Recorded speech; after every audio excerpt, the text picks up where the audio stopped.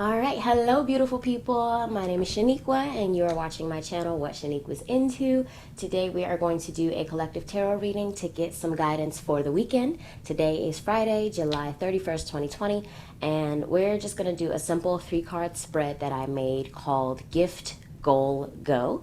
And the positions basically go like, what is the gift being offered? You can use this for any time frame or a specific day. So since we're doing the weekend, we'll say, what's the gift being offered over the weekend? You can look at that as an opportunity or a bit of insight, but some gift that Spirit is offering you.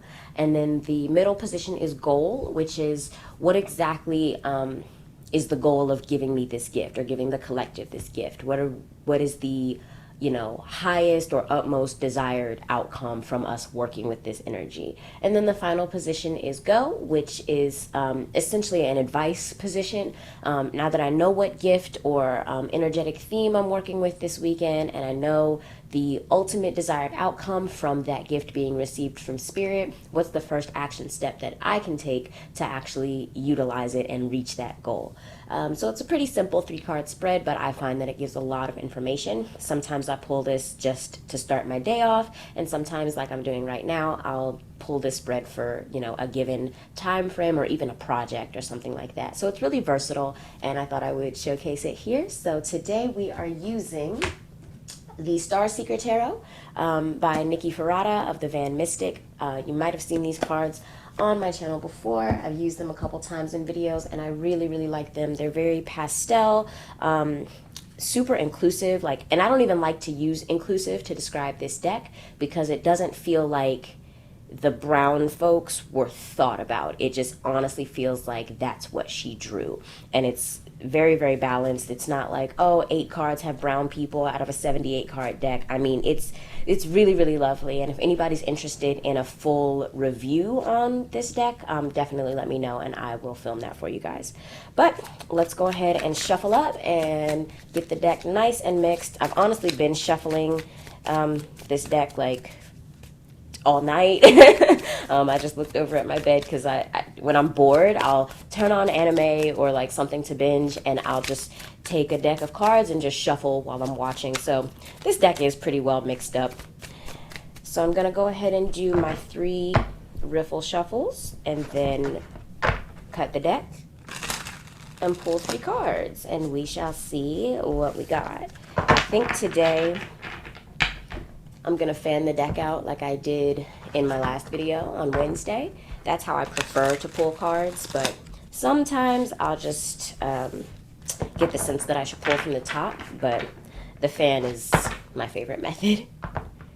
So, 3rd and final riffle shuffle.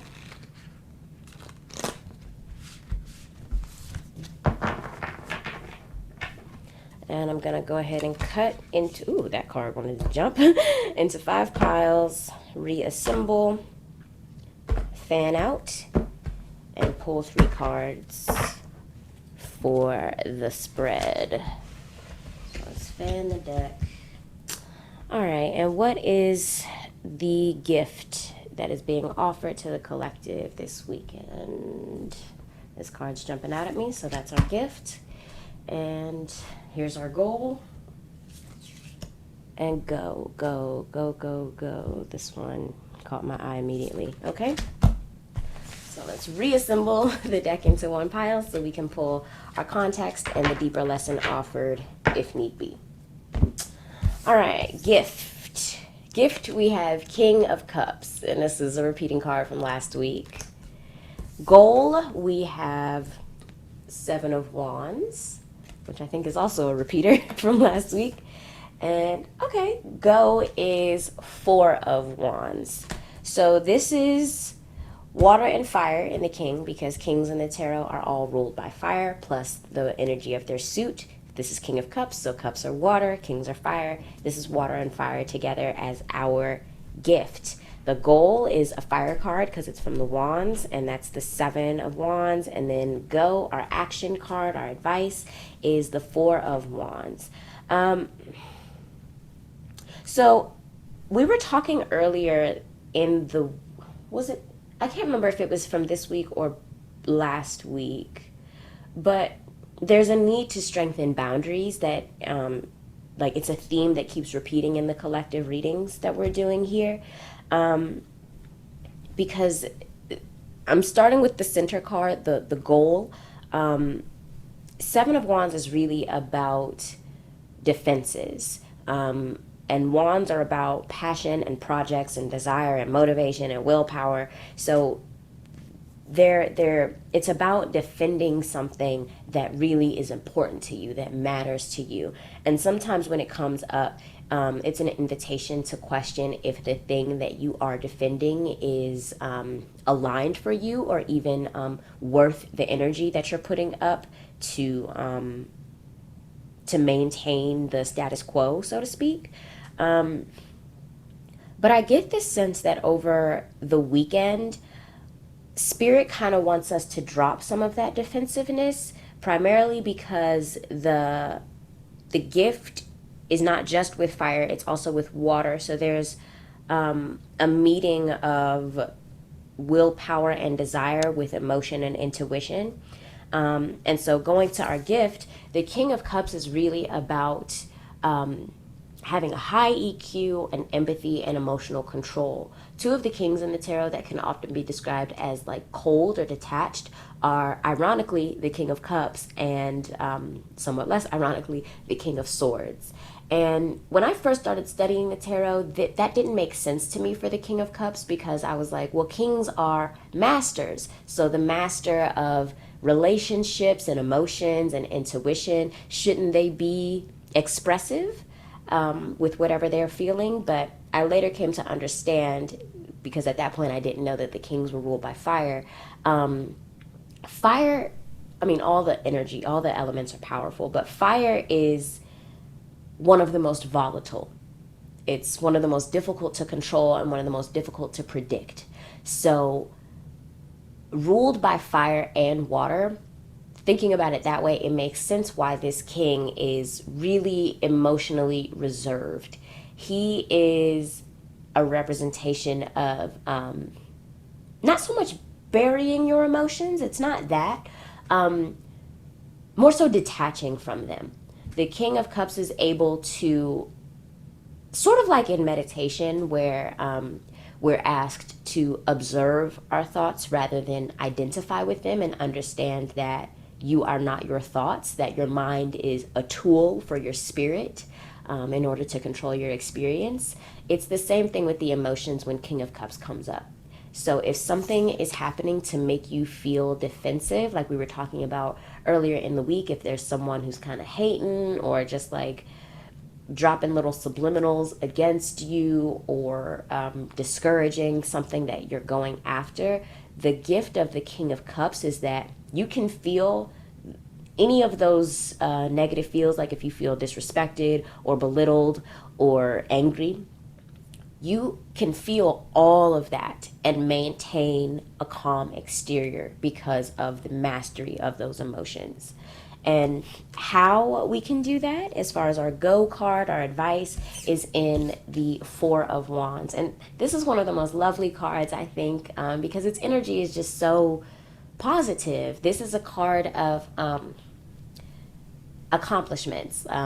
It's a card of an initial confirmation of success toward a goal. Some people call this the wedding card, because traditionally it kind of shows like a wedding scene. Like the people aren't getting married, but you kind of get the sense that they may have just gotten married, because you can see a couple kind of in the background, surrounded by these four wands, and the woman's like holding up some flowers. So you get the sense that some sort of milestone has just been reached.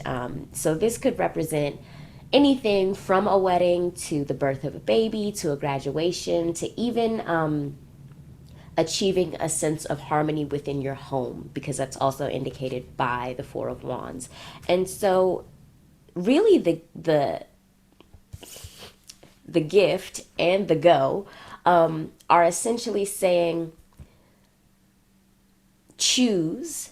I was going to say find a way, but it's really more about making the decision. Choose to make your home a space of harmony and peace for you. Even if someone is bringing in this naysayer, Debbie Downer, hater energy, you don't have to give into it. You can feel the emotional responses to being treated that way without acting on those feelings. And in fact, you can use those feelings as motivation to act in, polar opposite of what an angry, offended person normally would. Instead, you can say, you know what? I've got a roof over my head. I've got people who love me, and I know where I want to go. I know what I want to do. I have a vision for this project, this relationship, whatever this fire energy is representing for you. And I don't need anyone's approval. I don't even need you to be happy for me or feel good about it, because at the end of the day, it's not for you.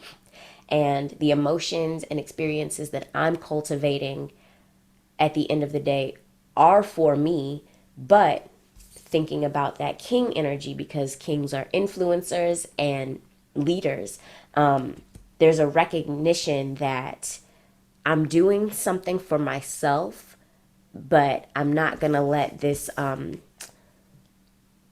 antagonistic energy stop me from spreading the benefits that I get from it to others. So that's where King of Cups and Four of Wands come in. Kings are like the emotional leaders, and they're able to work with their emotions so that they don't dictate their actions. And Four of Wands is celebration of accomplishment and harmony in the home.